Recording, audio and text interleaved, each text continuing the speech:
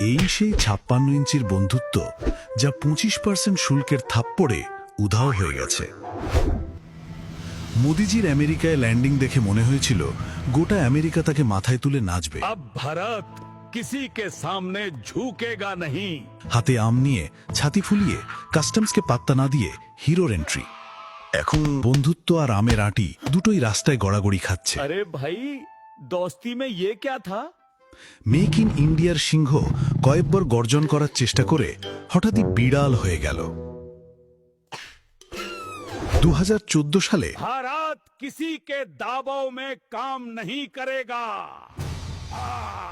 2025-এ ট্রাম্পের পা ধরতে এমন ব্যস্ত होता भाई যে নিজের মাথা তুলতে ভুলে গেছে। मन की बात समझो प्लीज। লোকসভায় 56 ইঞ্চি ছাতি মাপা হয়েছে, যা এখন 16 ইঞ্চিতে এসে নেমেছে। আম গেল, আত্মসম্মান গেল, বন্ধুত্ব এখন বাতিল আইটেম। বিশ্বগুরু থেকে বিশ্বগরু। वाह मोदी जी वाह।